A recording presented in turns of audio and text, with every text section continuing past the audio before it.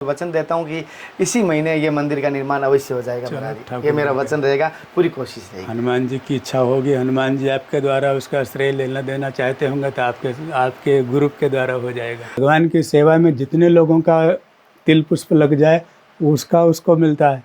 कई बार लोग यहाँ का आपको फोटो तो देखते हैं लेकिन यहाँ आ नहीं सकते, चाहने पर भी नहीं आ सकते, कितने धनवान हो कितने कुछ भी हो, लेकिन भगवान की इच्छा से अगर उनका वहाँ से कोई तन मन धन लग गया तो बैठे बैठे उनको यहाँ का लाभ पुण्य प्राप्त हो जाता है। हमारा जी कोई गलती हुई तो थोड़ा माफ़ कर देना। बहुत सीताराम, आनंद है, बहुत आनंद है। आप संतों की सेवा करते रहिए और करवाते रहिए। निंदक नियरे राखे आंगन कुटी छवाए। हमारे रहीमदास जी ने तो रहमान खान ने कहा तो निंदनी जो निंदा करने वाला है उसको पास में रखना चाहिए और उसको खिला पिला के पुष्ट रखना चाहिए कि हमारा प्रकाश आप अपने आप करते रहोगे।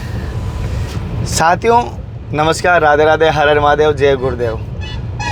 जैसे कि आपको बता दूं, अभी हम जा रहे हैं संतों के दर्शन करने के लिए। हालांकि उनके दर्शन मैंने पहले आपको करवाए हैं, सत्संग भी करवाए। आज हम सत्संग और दर्शन और सेवा के उद्देश्य से जा रहे हैं। कुछ विशेष सेवा है जो वहाँ जाने के बाद आपको पता चलेगी। और साथ ही साथ उनके नाम तो मैं बता ही देता हूँ, आप पहचान जाएंगे या इंट्रो में पहचान गए होंगे। मोहनदास जी, जी हाँ, मोहनदास जी की कुटिया में हम जा रहे हैं और वहाँ ठाकुर जी की सेवा के लिए जा रहे हैं। विशेष तौर पे मंदिर जैसी निर्माण की सेवा में हैं और वो देखते हैं किस प्रकार के कहते हैं। और जहाँ पर पिछली बार, ये नहीं, उससे पिछली बार जो भंडारा हुआ था वो उन्हीं की कुटिया में हुआ था। और आने वाले टाइम एक इच्छा रखता हूँ राम अर्चा की, तो उसके लिए भी परमिशन लूँगा महाराज जी से कि राम अर्चा हम करेंगे जल्दी। तो राम अर्चा का बड़ा महत्व है, वो भी हम महाराज जी से आपको बताऊँगा। और जो भी भाई ऐसे राम अर्चा में या किसी प्रकार का जुड़ना चाहे तो ज़रूर जुड़ना और धर्म की यात्रा का कार्य को लेके अपने विचार बताना। जैसे मैं यही कहता हूँ, आपको धर्म की यात्रा का कार्य कैसा लगे कमेंट करके मुझे ज़रूर बताना। धन्यवाद। आगे चलो, सामना देखो।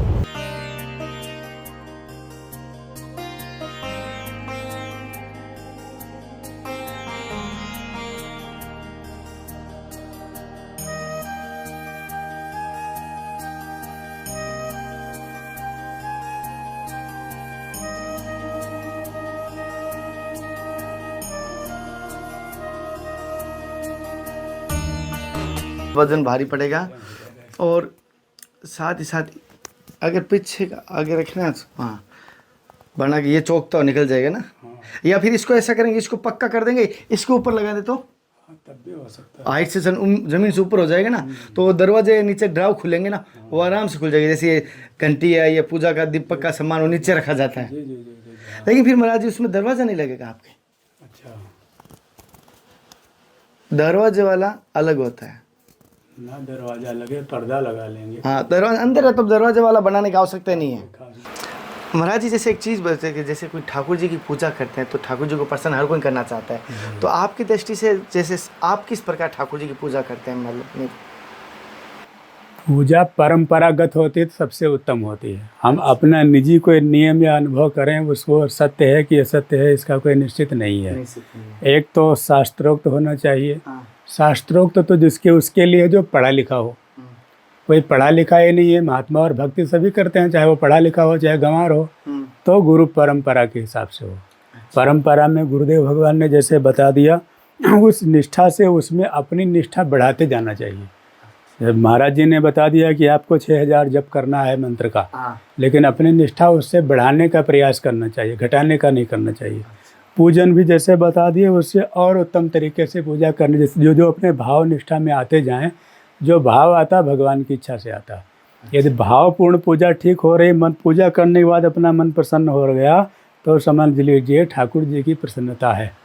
कोई भी कार्य करने के बाद अगर हमारा मन खिन्न होता है इसका मतलब हमारे कार्य में त्रुटि है। हम किसी के दर्शन करने गए और दर्शन करने से हमसे वो नाराज हो गया या उस परेशान हो गया, तो हम समझ गया कि मेरी तरफ से कोई गलती हो गई।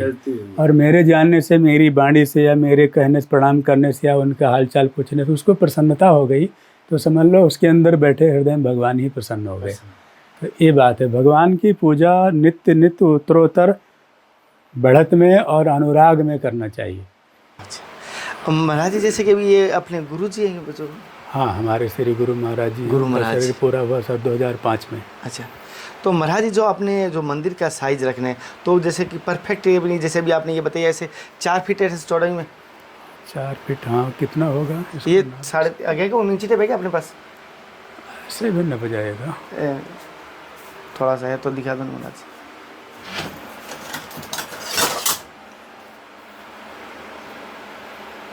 ऐसे। ये ऐसे भी हो जाता है, ये 10 इंच की होती है ना। हाँ 1 फीट ये होता है, 1 फीट ही होता है शरीर का। अच्छा, 1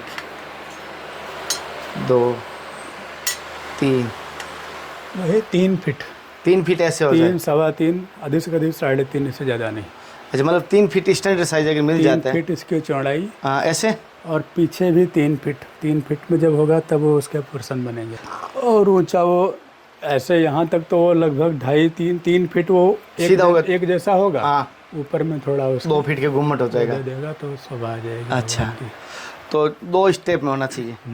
और आपकी इच्छा मार्बल में बनाने के महाराज जी, हम ऐसे किस प्रकार के, जो उस प्रकार के बनवाए हैं या मार्बल जैसे वहाँ से या हो तो मार्बल ठीक है, ना तो बनाने को तो सीमेंटेड भी नहीं? बना देंगे। सीमेंटेड तो ठाकुर जी के लिए बनाए तो थोड़ा और अच्छा बनाए हैं। हाँ। तो मतलब ये क्योंकि मतलब यहाँ लकड़ी से सज नहीं है।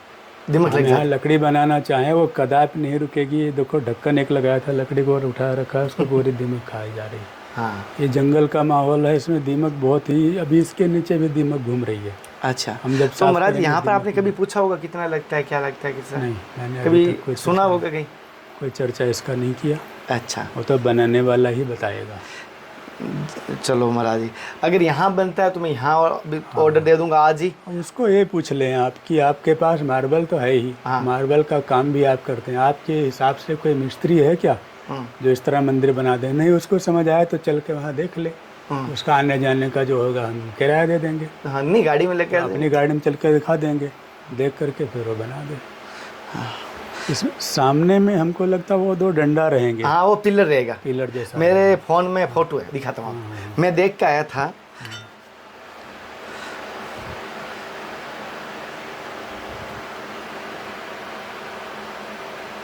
हमारे गुरु जी का मतलब ये स्वरूप था।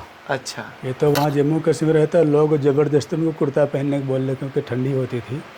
हमें जिस समय मंत्र दिए थे उस समय महाराज जी यही ड्रेस पहने थे, ये वस्त्र हमको ही दिए थे वापस। हाँ, और आप मैं देखा हूँ ऐसा ही पहनते हैं। अब ये फोटो मैंने बनवाया तो इतना अच्छा नहीं बना, फोटो से फोटो बनवाए हैं। अच्छा। लेकिन महाराज जी मेरे इसी तरह थे और कम उम्र में इनका शरीर छूटा, नहीं 55-56 की उम्र में इनका शरीर छूटा। अच्छा। अच्छा। थोड़ा नशा वशा करते थे और थोड़ा शुगर वगर बाद में हो गया था। अच्छा। बाकी थे बहुत अच्छे, मतलब पकड़ स्वभाव के, कभी किसी चीज़ का अर्जन करने की सोचते नहीं थे। नहीं महाराज जी, आप भी उसी बच्चे हो। जो आए उसको संतों में खर्च करते रहते थे। अच्छा। साथियों, जैसे कि महाराज जी की जो मंदिर है 4 फीट बाई 3 फीट, ऐसे मतलब हाइट में 5 फीट जाएगा, ऐसे 3.5-4 फीट जाएगा, और ऐसे डीप में 2.5 से 3 फीट जाएगा। और अच्छा डबल या ट्रिपल स्टेप में हम मंदिर बनाने की सोच रहे हैं महाराज जी की, सिंहासन की तरह। सिंहासन की तरह, जैसे मंदिर में पीछे होता है। राम जी हो गए, वहाँ ऊपर शालिग्राम हो गए, उसके नीचे पार्षद उनके और हो नीचे गए। थोड़े 2 ड्राव भी बन जाएंगे, साइड में थोड़ा बॉक्स भी खंड भी रह जाएंगे, जिसमें गुरु जी की हुई या कोई तस्वीर हुई वो लग सके। जैसे उस प्रकार हम साइड में खंड भी रह जाएगी कि तस्वीर भी लग जाए। इस प्रकार की मंदिर के निर्माण की हमारी इच्छा है, और महाराज जी से मैं वचन देता हूँ कि इसी महीने ये मंदिर का निर्माण अवश्य हो जाएगा महाराज जी, ये मेरा वचन रहेगा, पूरी कोशिश रहेगी। हनुमान जी की इच्छा होगी, हनुमान जी आपके द्वारा उसका श्रेय लेना देना चाहते होंगे तो आपके गुरु के द्वारा हो जाएगा। हाँ, मेरी गुरु कृपा, हरि कृपा ही है, उन्हीं के माध्यम से। मेरी तो क्या है महाराज जी, ठाकुर जी के निर्माण के लिए संतों की कहीं भी कोई सेवा हो तो मैं पीछे नहीं हटता हूँ। और साथियों, कभी भी मैं कहूँगा कोई भी सेवा में अगर आप स्वयं इच्छा से सहयोग कर सकते हो तो ज़रूर कीजिए, क्योंकि एक होता है सामूहिक अगर महाराज जी सेवा होती ना, उसका महत्व बढ़ जाता है। सर्व कल्याण, सर्वभूत कल्याण हो तो और अच्छा होता है। सर्वभूत कल्याण होता है। जैसे और अकेले कीर्तन करो और सब मिलकर करें तो कई गुना होता है, कई गुना होता है। कई मुख से निकलता है, कई लोगों की प्रसन्नता होती है। इसलिए कीर्तन में, रामचरितमानस में, इसमें मैक लगाने का विधान इसीलिए है, नहीं कोई लोगों को दिखाने के लिए नहीं लगा जाता। इससे कहते हैं जिस जीव के कान में आवाज़ जाती है उसका कल्याण होता है।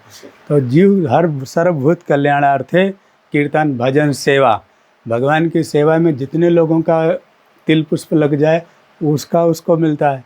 कई बार लोग यहाँ का आपको फोटो तो देखते हैं लेकिन यहाँ आ नहीं सकते, चाहने पर भी नहीं आ सकते, कितने धनवान हो, कितने कुछ भी हो, लेकिन भगवान की इच्छा से अगर उनका वहाँ से कोई तन मन धन लग गया तो बैठे बैठे उनको यहाँ का लाभ पुण्य प्राप्त हो जाता है। जैसे साथियों महाराज जी ने कहा अगर आप वही फल वही मिल सकता है, जैसे मैं कहूँ संतों की सीरीज, संतों की सत्संग आप मैं आप तक पहुंचा रहा हूँ, आप आगे भी पहुंचाइए। और जैसे हम सेवा करें अपनी स्वयं इच्छा से, आप तन से भी कर सकते हैं, मन से भी कर सकते हैं, धन से भी, वही फल आपको मिलता है। जैसे और महाराज जी के एक बार मैं हनुमान जी का आपको दर्शन कराता हूँ। जैसे आप देख पा रहे हो कितने सुंदर, मैंने सबसे पहले पूरे टाटी घाट में सबसे सुंदर मैंने यहाँ देखा है महाराज जी के यहाँ पर। जैसे आप देख पा रहे हो मुकुट एकदम कड़ा सब सजाए हुए, लंगोट भी देख पा रहे हो चांदी की है महाराज जी ना। हम इस जगह जो रह रहे हैं तो इन्हीं की कृपा मात्र से रह रहे हैं। ये ना होते, ये ना रहते तो मैं नहीं रह सकता था। ये सबसे भयावना और ये मसान की जगह इसको लोग बोलते थे। आज इसको लोग देव स्थान बोलने लगे, पहले भूत स्थान कहते थे, आज इसको देव स्थान कहने लगे लोग। और महाराज संजोग देखो, आज मंगलवार है, संजोग देखो महाराज जी, आज मंगलवार है ना, और आज मंगलवार है, हृदय फलीभूत हो गया कि ये मंगलवार आया हूँ महाराज जी के दर्शन और मंदिर की ये विजन लिया हूँ। कहीं ना कहीं संजोग हनुमान जी गुरु कृपा कहीं ना कहीं हुई आज, तभी महाराज जी कोई गलती हुई तो थोड़ा माफ़ कर देना। बहुत सीताराम, आनंद है, बहुत आनंद है। आप संतों की सेवा करते रहिए और करवाते रहिए। धर्म करना और करवाना, करवाने से ज़्यादा और पुण्य मिलता है। धर्मराज जी ने इसी को दिखाया है। धर्मराज के पीछे जब उनका स्वर्गवास से मतलब भगवान के धाम से विमान जब आया धर्मराज को लेने के लिए, उत्तराखंड में सभी लोग जल गए, तो उन्होंने पीछे मुड़ कर देखा है तो उनको कुत्ता दिखाई दिया। अब वो कुत्ता क्या है वो तो शास्त्र और संत सब जानते हैं कि कौन है क्या है, लेकिन वहाँ पर वर्तमान परिस्थिति को बताने वाला कुत्ता चंडाल योनि का होता है। कुत्ते को स्पर्श करना मना है, कुत्ते को छूना मना है, कुत्ते को पास में रखना मना है, लेकिन फिर भी धर्मराज जी ने कहा ये मेरे साथ आया, पहले इसको बैठा रहो तब हम चलेंगे। उन लोगों ने कहा कि विमान कुत्ते के लिए नहीं आया है, विमान तो आपके लिए, आप धर्मराज हो, आप साक्षात भगवान के धर्म विग्रह स्वरूप हो, आपके लिए आया। उन्होंने कहा नहीं, मैं इसको ले चलो, ले जाओगे तभी जाऊँगा, नहीं तो अपना विमान वापस ले जाओ। कहने का तात्पर्य वहाँ ये है कि धर्मराज धर्म के स्वरूप ही हैं। धर्म किसी प्रकार का हो, लड़की की शादी हो, साधु संतों की सेवा हो, पंगत हो, यज्ञ हो, अनुष्ठान जो भी हो, उसको धर्म से ही जुड़ा जाता है। धर्मराज का कहने का तात्पर्य है जो धर्म के पीछे आता है वो भगवान का अधिकारी होता है। तो उन्होंने कहा कि ये कुत्ते योनि में है और देखने में भी कुत्ता लग रहा है, जगदेव साक्षात तो भगवान स्वरूप है, लेकिन ये अपने पुरुषार्थ से नहीं जा सकता और मेरे पीछे आया है तो पहले ये जाएगा फिर मैं चलूँगा, पहले बैठेगा फिर मैं बैठूँगा।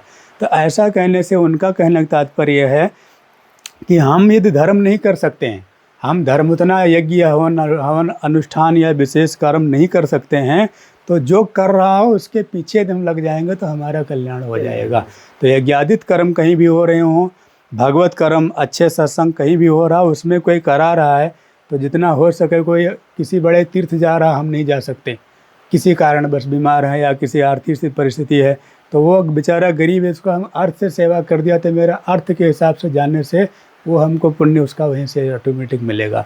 यानी धर्मराज जी कहते हैं कि जो धर्म के पीछे जाता हो भले कुत्ता क्यों ना हो, यानी निकृष्ट से निकृष्ट क्यों ना हो, उसका भी स्वर्ग जाने का अधिकार होता है।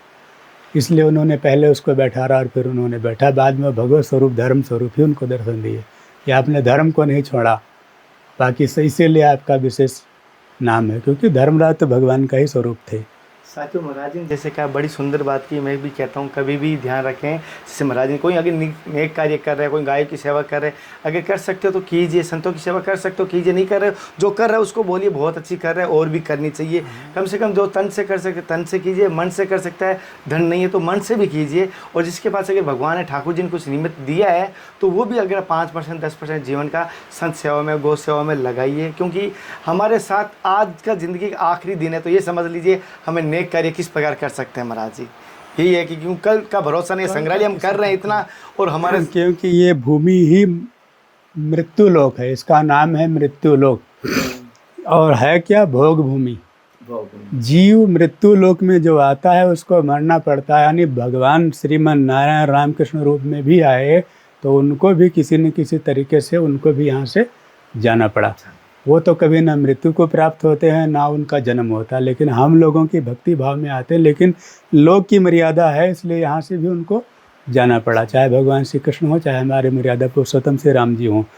भोग इसलिए कि जो जो हमारा भोग है, चाहे हम जिस योनि में क्या क्या कर्म करके आते हैं वो मुझे भोगना ही पड़ेगा।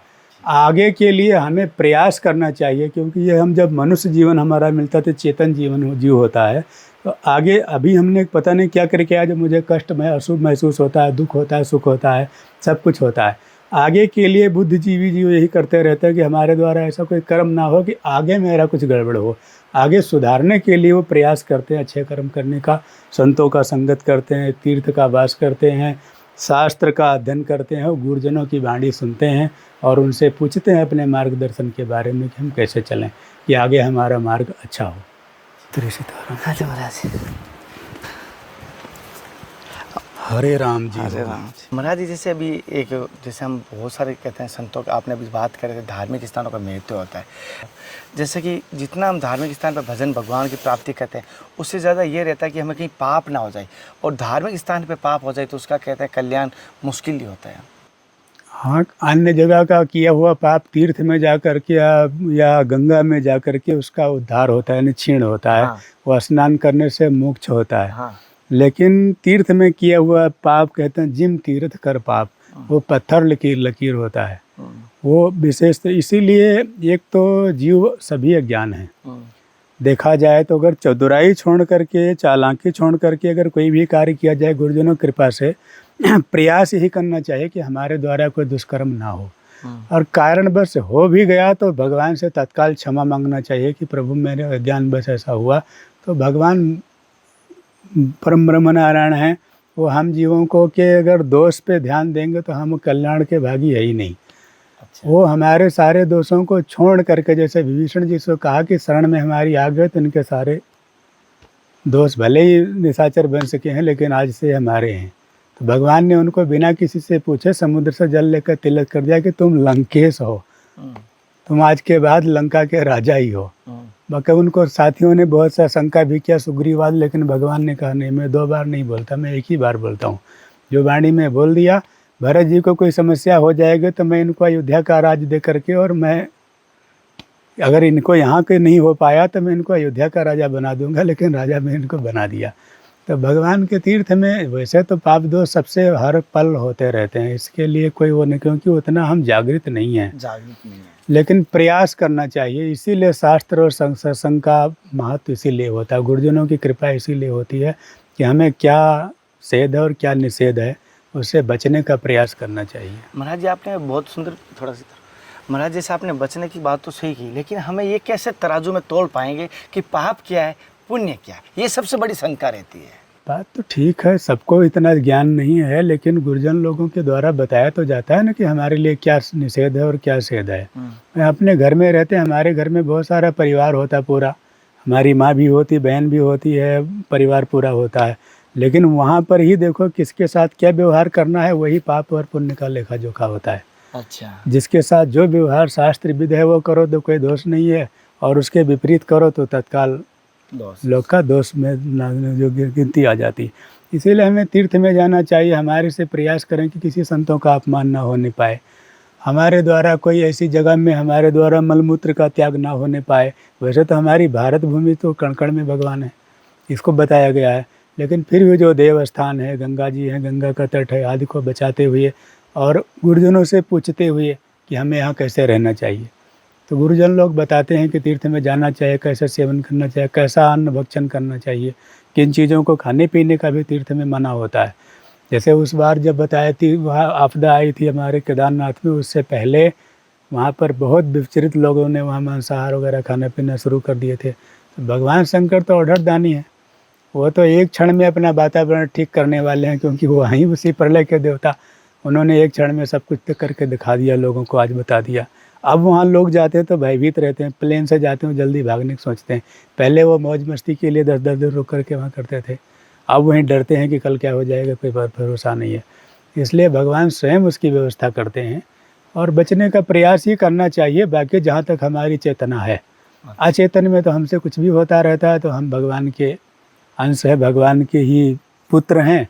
तो पुत्र तो माता की गोद में भी पेशाब टट्टी कर देता है तो माँ उसका त्याग नहीं करती है, यही भाव रखना चाहिए। हमारा तीर्थ के देवता संत और भगवान हमारे माता पिता ही तो हैं। हम उनकी गोद में, हम मंदाकिनी जी के तट में रहते तो हमारी माँ है, हम जूठा पात्र भी उसमें धोते हैं, जूठा वस्तु भी डाल देते हैं, और स्नान करते हैं तो शरीर तो अशुद्ध को ही शुद्ध करते हैं, शरीर शुद्ध तो होता ही नहीं है। महाराज जी, जैसे अभी जैसे आपने, हम बहुत सारे यज्ञों की बात करते हैं, कथाओं की बात करते हैं, भागवत कथाएं बात करते हैं, लेकिन जब मैंने यहाँ चित्रकूट में आया हूँ और आपकी प्रेरणा से मैंने राम अर्चा की महत्व सुना था और राम अर्चा में आपके दर्शन भी किया था, और हमारी इच्छा भी रहती है राम अर्चा करने की इच्छा है। धर्म की यात्रा परिवार के सभी सदस्यों के द्वारा ही होगा धर्म की। तो एक राम अर्चा का क्या महत्व रहता है, और राम अर्चा करने से हमारी क्या सांसारिक दृष्टि से लोग पहले फ़ायदा देखते हैं, कहना नहीं चाहिए, बीज बोने से पहले देखते हैं इसकी कितनी फली लगेगी।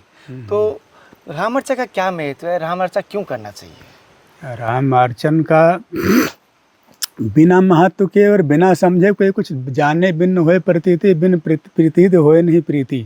बिना जाने किसी भी कार्य में हमारी निष्ठा नहीं होती है। इसलिए जानने के लिए शास्त्र और संत ही उसको बताते हैं। जहाँ तक ख्याल विशेष हमको भी जानकारी नहीं, इससे पहले हम भी नहीं जानते थे, पर जब गुरुजनों को करते मैंने देखा और गुरुजनों के द्वारा उसको सुना तो हमारे अंदर अत्यंत निष्ठा हो गई। दूसरे, जब हम यज्ञ करते हैं तो यज्ञ में विशेष अर्थ की आवश्यकता होती है, विशेष लोकजन की आवश्यकता होती है, और समय की भी विशेष आवश्यकता होती है। बहुत सारी त्रुटि उसमें होती है। अगर यज्ञादित वस्तु को भी सही सलामत शुद्ध नहीं कर पाए, उसका सफाई भी नहीं कर पाए, तो दोष भी बनता है। राम अर्चन जो राम यज्ञ जो होता है वो यज्ञ अर्चा उसको बोला जाता है। राम जी की अर्चा पूजा है। पूजा और अर्चन, अर्चन पुष्प और तुलसी के माध्यम से होता है। भगवान के सहस्त्र नाम से अर्चन, जितने भी वैष्णव, जितने भी भक्त जन वहाँ होते हैं, सब मिलकर के भगवान को पुष्प अर्पण करते हैं। 4 पद्धति में भगवान की पूजा होती है। पहले उसकी सर सामग्री इकट्ठा किया जाता है, वहाँ की भूमि का शोधन होता है, फिर उसमें एक बड़ा सुंदर मंडप बनाया जाता है 4 केलों के द्वारा। चारों केले सफल हों तो विशेष उसका महत्व है, नहीं सफल हों तो केले के पेड़ होना चाहिए। 4 स्तंभ में उसमें झंडे गाड़े जाते हैं। फिर उसके 5 फीट की चौकी होती है, उस पर पीला कपड़ा पहना पिठा कर करके फिर 5 रंगों के चावल को रंग करके 21 कोठे का यंत्र बनाया जाता है। 21 कोठे यंत्र पर भगवान के पार्षदों की, भगवान के और सभी देवी देवताओं की शक्तियों की पहले पूजा होती है। हमारे राम जी ऐसे एक देवता हैं कि वो मर्यादा का कभी किसी प्रकार का खंडन नहीं करते हैं। वो सब देवताओं की पूजन करवा के, अपने भाइयों की पूजन करवा के, हनुमान जी की भी पूजा करवा के लास्ट में उस पर राम जी की पूजा होती है। यही एक विलक्षण लीला है कि जो उसके विशेष आधारभूत जो राम जी की पूजन हो रही है, उनकी पूजा लास्ट में, यानी सबकी पूजन करा के फिर राम जी अपनी पूजा करवाते हैं। तो राम जी की मर्यादा पुरुषोत्तम की पूजा, और एक दिन में ये कम से कम 6 से 7 घंटे में पूजा निष्ठा से करें, अच्छे से करें तो हो जाती है। तो समय की बचत है, एक दिन की परिश्रम है, और उसके बाद उत्सव जितना से जितना जिसकी आवश्यकता, जितना जो कर सकता है। वैभव विस्तारो तो उसमें लिखा हुआ, जैसे हम अपने पुत्र पुत्री का विवाह करते हैं उसमें वैभव करते हैं, उस तरह उसका वैभव बताया गया है। लेकिन जितनी जिसकी सामर्थ्य है, जिसको जितना भगवान जिसे करा लें, उस हिसाब से संतों का भोजन, कन्याओं का भोजन, ब्राह्मणों का भोजन, दीनहीन का भोजन। हमारे चित्रकूट में तो जितना भोजन कराने का संतों का महत्व है, उतने महत्व यहाँ के आदिवासियों का भोजन कराने का है, क्योंकि इनको महत्व, इनकी बढ़ावा हमारे रघुनाथ जी ने दिया है। हमारे राम जी इनके जब ये बोलते थे, उनके पास बैठते थे तो जिम पित बालक बहन वेद वचन सुन करके, जैसे कोई वेद वाक्य बड़े बड़े विद्वान बोलते हैं, ऐसे ही आदिवासी अपनी साधारण भाषा बोलते थे कि प्रभु आप हमारे यहाँ आए, हम धन्य हो गए, और मैं सेवक परिवार समेता नाश न सुख आयुष देता। हे प्रभु, मैं आपकी सेवा में विराजमान हूँ, आप संकोच मत करना मुझे कोई भी आज्ञा देने में। और कंदमूल ला के भगवान को खिलाते थे। और भरत जी को जब इन्होंने कंदमूल खिलाया है तो भरत जी इतना द्रवित हुए हैं, बाद में इन्होंने कहा है कि दें फल उस मोल न ले ही। जो भी कुछ देते थे खाने पीने को, उसका मोल नहीं लेते थे, उसका कुछ लेते नहीं थे कि इसका हमें ये हो गया, मेहनताना हो गया। वो कहते थे आप राजाधिराज हो, आप चक्रवर्ती सम्राट के पुत्र हो, और हम लोग अत्यंत दीनहीन क्षुद्र नीच हैं, तो हमारी सेवा आप स्वीकार कर रहे हैं, यही बहुत बड़ी बात है, हमारा आनंद है। भरत जी रोने लगे इनकी वाणी सुन करके। रघुनाथ जी तो इनको कभी छोड़ने नहीं चाहते थे। यहाँ तक के भी बताया गया कामदगिरी भगवान तो हमारे अनादिकालीन है। कामदगिरी पर्वत चित्रकूट तो अनादिकालीन है। अत्रि जी महाराज भगवान ब्रह्मा जी के मानस पुत्र हैं। जब से सृष्टि है तब से वो यहाँ तप कर रहे थे। वैसे तो वो नौ ऋषियों में, 7 ऋषियों में ऋषि हैं, वो तो भारत के अन्य अंतर जगहों में पूजन और तपस्या किया है, लेकिन ये भी एक उनका मूल तप स्थान है। तो भगवान की कृपा से चित्रकूट तो अनादिकालीन तीर्थ है, ऐसा तो बताया गया, त्रेता का प्रधान तीर्थ है चित्रकूट। लेकिन जब रघुनाथ जी यहाँ, हमारे श्री राम जी यहाँ आए, वाल्मीकि जी से पूछे कि मैं कहाँ रहूँ, तो वाल्मीकि जी ने पहले तो शरीर में 18 जगह उनको रहने को बताया है। बाद में उन्होंने कहा चित्रकूट गिरि करो निवासु, जहाँ तुम्हारा सब बास सुपासु, तुम चित्रकूट के पर्वत पे निवास करो, तुमको हमेशा यहाँ आनंद ही आनंद रहेगा। हमारे संत कहते हैं कि रघुनाथ, हमारे राम जी को जब तक चित्रकूट की भूमि पर वो रहे, यानी कामदगिरी पर्वत पर जब तक उनका निवास रहा मंदाकिनी जी के तट में, तब तक मेरे राम जी को कोई क्लेश नहीं हुआ। यानी एक तरफ राज्य छोड़ करके आए हैं, भाई का दुख है, पिता का मृत्यु है, लेकिन भगवान को क्लेश नाम की चीज़ नहीं हुआ। इसलिए हमारे वैष्णव में चित्रकूट को सुख विलास कहा जाता है। ये राम जी का सुख विलास है। यहाँ राम जी सुख आनंद अनुभव किए। यहाँ से जाने के बाद जो ही दंडकारण्य में प्रवेश किए हैं, तो ही इनके पीछे नाना प्रकार के कष्ट परेशानी आने लगी। फिर उसका उन्होंने उद्धार किया, उन लोगों का भी उद्धार किया है। तो चित्रकूट में राम अर्चा भी सबसे पहले ब्रह्मा जी ने चित्रकूट में किया है। उस ग्रंथ में लिखा है कि मंदाकिनी जी के तट पे ब्रह्मा जी ने सर्वप्रथम राम अर्चा चित्रकूट में किया है। तो राम जी तो हमारे सब जगह हैं, जहाँ भगवान की पूजा करो वहीं राम जी विराजमान होते हैं। साक्षात उसमें साक्षात रघुनाथ जी वहाँ पधारते हैं।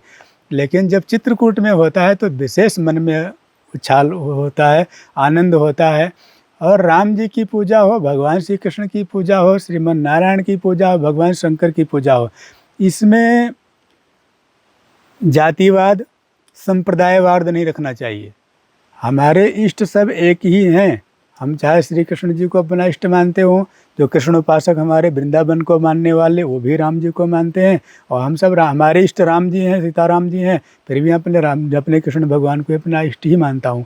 भगवान शंकर जी हमारे तुम त्रिभुवन पति गुरु वेद बखाना, शंकर जी तो हमारे सभी के गुरु हैं। गुरु के बिना तो किसी का कल्याण नहीं हो सकता। फिर मेरे राम जी का तो वाक्य है कि शिवद्रोही मम दास कहावा, सो सपने मोह न भावा। तो इसमें हमारे वैष्णव में सिखाया जाता है कि सबकी पूजा करना चाहिए, सबको नमन करना चाहिए, इष्ट अपने इष्ट को ही मानना चाहिए। जैसे हमारे माता पिता तुल्य तो पूरा परिवार होता है, माता पिता तुल्य तो पूरा संसार होता है, लेकिन मेन पिता तो एक ही होता है जिसके अंश से हम प्रकट हुए हैं। तो जिसको हम इष्ट माने, तो ये राम जी की अर्चन पूजा, इसको सभी संप्रदायों के संतों ने इसका सम्मान किया है, करते भी हैं, क्योंकि इसमें वृंदावन की भी पूजा होती है, श्री राधा कृष्ण भगवान की भी पूजा होती है, और वृंदावन जमुना जी के सहित पूजा होती है, चित्रकूट की पूजा होती है, अयोध्या की पूजा होती है, सब शक्तियों की पूजा होती है। तो इसमें सांप्रदायिक भेदभाव नहीं है कि हम कृष्ण उपासक हैं तो हम राम जी की पूजा, ये राम जी की उत्तम पूजा है। इस पूजा को करने से हनुमान जी तो प्रसन्न होते ही हैं, क्योंकि हनुमान जी तो उनके अनुयायी हैं। भगवान शंकर प्रसन्न होते हैं और भगवान श्री कृष्ण भी प्रसन्न होते हैं, क्योंकि उनकी भी उसमें पूजन होता है। जब जमुना जी के साथ जब उनका आवाहन किया जाता है तो भगवान श्री कृष्ण वहाँ पधारते हैं। तो हमारे भाव में रहता है कि अगर हम भगवान श्री कृष्ण राधा कृष्ण को इष्ट मानते हैं तो उनकी पूजा हो रही है, और रघुनाथ जी को मानते हैं तो वो उसमें कोई अंतर तो है नहीं। भाई कोई कल आया कोई आज आया तो उसमें अंतर क्या है? कल आया वो भी तिथि है, और जो आज आया वो भी तिथि है। तो त्रेता में आए, ये द्वापर में आए हैं तो वही उन्होंने स्वीकार किया है कि मैं वही हूँ, कोई दूसरा नहीं हूँ। कई लीलाओं में उन्होंने दर्शन भी दिखाया है। हमारे गोस्वामी तुलसीदास जी को भगवान श्री कृष्ण राम जी के स्वरूप में दर्शन दिए हैं। तो इसमें संप्रदायवाद भी नहीं होना चाहिए। दूसरे कुछ संतों ने बताया है कि तीर्थ का भी जो सेवन करते हैं उनके लिए भी तीर्थापराध भी नहीं होना चाहिए।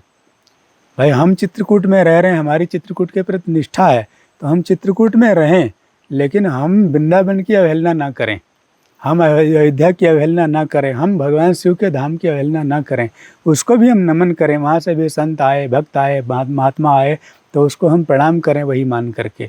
इससे तीर्थापराध लगता है। तो वैष्णव अपराध से और भगवत अपराध और तीर्थापराध से भी बचना चाहिए, क्योंकि वो भगवान के धाम है। तो राम नाम रूप लीला धाम चारों भगवान के सत्य हैं, तो उसमें ये वो में अंतर क्या है? वो पूर्ण है और सत्य हैं। इसलिए सभी को हमें एक जैसा ही मान, एक जगह हम रहें वो हमारी निष्ठा है, भक्ति है, अच्छा है, रहना भी चाहिए। लेकिन अन्य पर हम हृदय से एक उसी को मान करके दूसरे को भी रहना चाहिए। ये नहीं कि हम चित्रकूट वास करते हैं तो मैं अयोध्या वालों की अवहेलना करें, या हम वृंदावन वालों को छोटा या बड़ा माने। छोटा बड़ा ना, बड़ा माने तो उत्तम, हमसे सब बड़े हैं संसार में, हम सबसे छोटे, हम सबके दास। दास भाव तो होते छोटा है, दास का मतलब होता है सेवक। तो सेवक अपने को प्रधानमंत्री थोड़ा कह सकता है। तो इसलिए लेकिन अपनी निष्ठा ये रखना चाहिए कि जो वृंदावन में हमारे भगवान श्री कृष्ण की रजभूमि में चल रहे हैं, भगवान कृष्ण का नित्य रज का सेवन करते हैं, नित्य उनके दर्शन विहार लीला में आनंद करते हैं, तो वो हमसे ज़्यादा पूजनीय, हमसे ज़्यादा वंदनीय है। वो कई बार उनसे हम मिलते हैं तो वो हमें प्रणाम करते हैं, महाराज आप चित्रकूट का वास करते हैं, जंगल का वास करते हैं, आप बहुत अच्छे हैं, तो वो उनकी एक महानता है। लेकिन हमें तीर्थ अपराध से बचना चाहिए, हमें भगवत अपराध से बचना चाहिए, हमें प्रयास ही करना चाहिए जहाँ तक हो सके हमसे अच्छे कर्म बने, हमसे किसी को दुख ना हो, सुख ही हो तो उत्तम है। किसी का दुखाने का प्रयास ना करें और भगवान का नाम ले, भगवत जनों की भगवत कर्म करने का प्रयास करना चाहिए। अच्छा और बुरा का पूर्ण हमको भी ज्ञान नहीं, किसी को भी ज्ञान नहीं। प्रयास करना चाहिए कि हमसे जहाँ तक हो सके हम अपने अच्छे कार्य में लगे रहें। जैसे कि साथियों महाराज इनका अपराध से बचना चाहिए, और जैसे कि कोई अपने साथ अच्छा व्यवहार कर रहा है, वो अपने गुरु का तत्व बता रहा है, किस प्रकार उसको संस्कार मिला है। जैसे कि कोई गृहस्थ का बच्चा अगर हमें अच्छा प्रणाम कर रहा है तो उसको हम समझते हैं कि अच्छे संस्कारी है। अगर कोई उद्यम करता हुआ बच्चा मिलते तो हमें समझते हैं इस घर में कोई संस्कारी में कमी रह गई। तो उसी प्रकार अगर आप अच्छा व्यवहार संतों के साथ करोगे, धामों का अगर अच्छा व्यवहार करोगे, तो आपका गुरु का महत्व बढ़ा रहे हो, गुरु के तत्व को बढ़ा रहे हो, गुरु की प्रशंसा कर रहे हो। तो आपको सभी से कहूँगा, कहीं पर भी हो, संत के भेष में हो, चाहे किसी धार्मिक स्थान पर कोई पंडित पुरोहित भी हो, तो भी उनका सम्मान कीजिए, जिससे आप अपने गुरु का तत्व बढ़ा सकते। क्यों महाराज जी, सही बात है? बिल्कुल, संत सभी गुरुदेव हैं। व्यास स्पर्तित है, राम व्यास जी ने इसको बताया है कि संत सभी गुरुदेव हैं। हाँ। व्यास स्पर्तित तो गुरु समान ही है, क्योंकि वो भेष उनका जो है वो हमारे नमन वंदनीय है। शरीर की और किसी के देह की पूजा नहीं होती, पूजा कर्म की होती है। उस कर्म को उन्होंने स्वीकार किया है। हाँ, कोई उनमें कमी है तो आपसे प्रयास हो तो आप उनको आराम से बता सको कि महाराज ये कार्य आपका मुझे कुछ अच्छा नहीं लगा, इस पर क्या सुधार होना चाहिए। या वो आप नहीं कह सकते तो उनके गुरुजनों से कहना चाहिए, या फिर अगर कुछ भी नहीं कर सकते तो नमन करके चले जाना चाहिए। वो समझ लो लीला है कोई उनकी, वो भगवान की लीला है, अपने अपने कर्म का भोग है। और कौन किस चीज़ को बचने के लिए क्या लीला करता है, हमारे गुरुजनों ने, कबीरदास जी ने जब जहाँ पर उनकी विशेष छवि बढ़ने लगती थी, विशेष मान्यता होने, तो मान्यता से भक्ति घटती है, मान्यता से भजन घटता है। तो एक बार कहते हैं कि जिस क्षेत्र उनका बहुत भजन बढ़ने लगा तो एक वैश्यालय में चले गए। और एक वैश्या ने कहा कि महाराज आप यहाँ क्यों आ गए, लोग क्या कहेंगे। तो बोले मैं तुम्हारे पास आया, मुझे बहुत काम है। बोले क्या काम है। बोले कल आप कुछ नहीं करना, आप हमको संत मानते हो ना। बोले हम संत नहीं, आपको गुरु ही मानते। तो बोले हम आपको शिष्या ही मानते, पुत्री समान हो। कल मैं आपके कंधे पर हाथ रख के घूमूंगा, आप मुझे पूरे क्षेत्र में घुमा देना, बस इतने करना है। क्योंकि प्रतिष्ठा से अपनी शक्ति क्षीण होती है और निंदा से शक्ति बढ़ती है, पाप घटते हैं। तो जब उन्होंने उसके कंधे पर लेकर चले तो लोगों ने कहा अरे हम तो कबीर को बहुत अच्छा मानते थे, कबीर तो वैश्या के पीछे घूम रहे। अब उनका सारा पुण्य वापस आ गया जो गया हुआ था। तो इसलिए कई बार ऐसी लीला भी संत कोई गाली गलौज करते हैं, कोई दंडता करते हैं तो बचाव के लिए, कि कोई ज़्यादा संसारी लोग आ गए परेशान करें, जिससे हमको आज नहीं कल परेशानी होना है, उसको हम आज ही गाली गुप्तारी देकर भगा दें तो कल का तो बच जाए। अब कोई उसमें सोच लेता है कि महात्मा क्रोधी हैं कि दुष्ट हैं कि क्या है, वो उनकी सोच है। लेकिन अपने किसी को डांटो भी तो भगवान से क्षमा मांगो कि हाँ ये आपका ये जीव था, मैंने इसको डांट दिया। किसी को मारना भी पड़ जाए तो बाद में उसको दंडवत कर सको, तो वैष्णव में तो उसी को दंडवत करने का विधान है, क्षमा मांगने का। लेकिन नहीं उससे हम किसी कारणवश मांग पाए तो अपने भगवान के चरणों में पड़ जाओ, अपने गुरु जी के चरणों में पड़ जाओ कि प्रभु आज मेरे से अपराध बन गया। तो क्षमा मांगते ही अपराध समन हो जाएगा। तो ये सब भाव रखना चाहिए। महाराज ने कहा ना, जैसे कोई हमारी बुराई करता है तो हमारे मतलब जैसे पाप क्षीण होते हैं, पाप नष्ट होते हैं। बहुत अच्छी बात कही। मुझे खुशी इसलिए बहुत हुई क्योंकि कुछ लोग अभी चित्रकूट की कुछ यूट्यूबर ने मेरे बारे में गलत डाला था, लेकिन मन में सोचूं आज बात कि वो हमारे पाप हर रहे हैं। कोई मेरे से गलती दोष हुए तो अच्छी बात है, वो कोई कर रहे हैं, लेकिन सबको पता है। पीछा तो महाराज थोड़ा भावुक हो गया, वो आपकी बात की हमारी कोई बुराई कर रहा है। और मैं तो कभी आपको पता संतों के बीच में कभी गलत सोचा ही नहीं है। कोई बात नहीं, कोई कर रहा है तो और अच्छा है। हाँ, मैं तो आज तक पूरा जीवन ही संतों को दे चुका हूँ। निंदक नेरे राखे आंगन कुटी छवाए। हमारे रहीमदास जी ने, रहमान खान ने कहा तो निंदनी जो निंदा करने वाला है उसको पास में रखना चाहिए और उसको खिला पिला के पुष्ट रखना चाहिए कि हमारा प्रकाश आप अपने आप करते रहोगे। क्योंकि हमारे अंदर जब अहंकार हो जाता है, हमारे द्वारा कुछ कार्य होता है तो अहंकार भी होता है। उस अहंकार हम पता नहीं कहाँ बहक जाए। तो कोई निंदा करने वाला होता तो हम सजग और चेतन होते हैं। महाराज जी ये बाकी मैं इसी महीने ये मंदिर का हो जाएगा हाँ, और भगवान कोशिश की हो ठाकुर जाए जी अच्छा तो और अच्छा है। होगा तो यहीं से करवा दूंगा, नहीं तो वहाँ से राजस्थान से जयपुर से करवा दूंगा, अन्यथा मैं यहीं से करवा दूंगा और जयपुर। आपकी राम अर्चा जब भी होगी तो आपके हिसाब से ही होगी। हाँ नहीं, एक राम करेंगे वो राम जी की इच्छा से मैं पहले सूचना दे दूंगा। और बाकी रही संतों की, आपके राम अर्चे में जो संतों की सहयोग की, तो मेरी एक इच्छा है कि कम से कम जैसे कि कोशिश करेंगे कांसी का या पीतल का कोई एक बर्तन ऐसा, थाली बड़ा, इस प्रकार जो भगवत इच्छा से भगवत इच्छा से भंडारे में सभी के लिए। साथियों महाराज जी सत्संग लेने की कोशिश की, वो बड़ी शानदार सत्संग रही आज की। आप सभी से निवेदन तो करूं, राजन ले आओ, चटाई ले आओ, अंदर से बैठो, सतमार्ग पे चलने की कोशिश चटाई करें, इसमें पड़ी है। गुरु आज्ञा पे चले। आज की सत्संग आपको कैसी लगी मुझे कमेंट करके जरूर बताना। अगली सत्संग अगर फिर मिलते हैं तब तक जय हिंद, वंदे मातरम, हर हर महादेव, हरे कृष्णा, हे नाथ है मेरे नाथ में आपको बोलूँ, जय गुरुदेव, जय सीताराम, जय गुरुराम। जय श्री राम।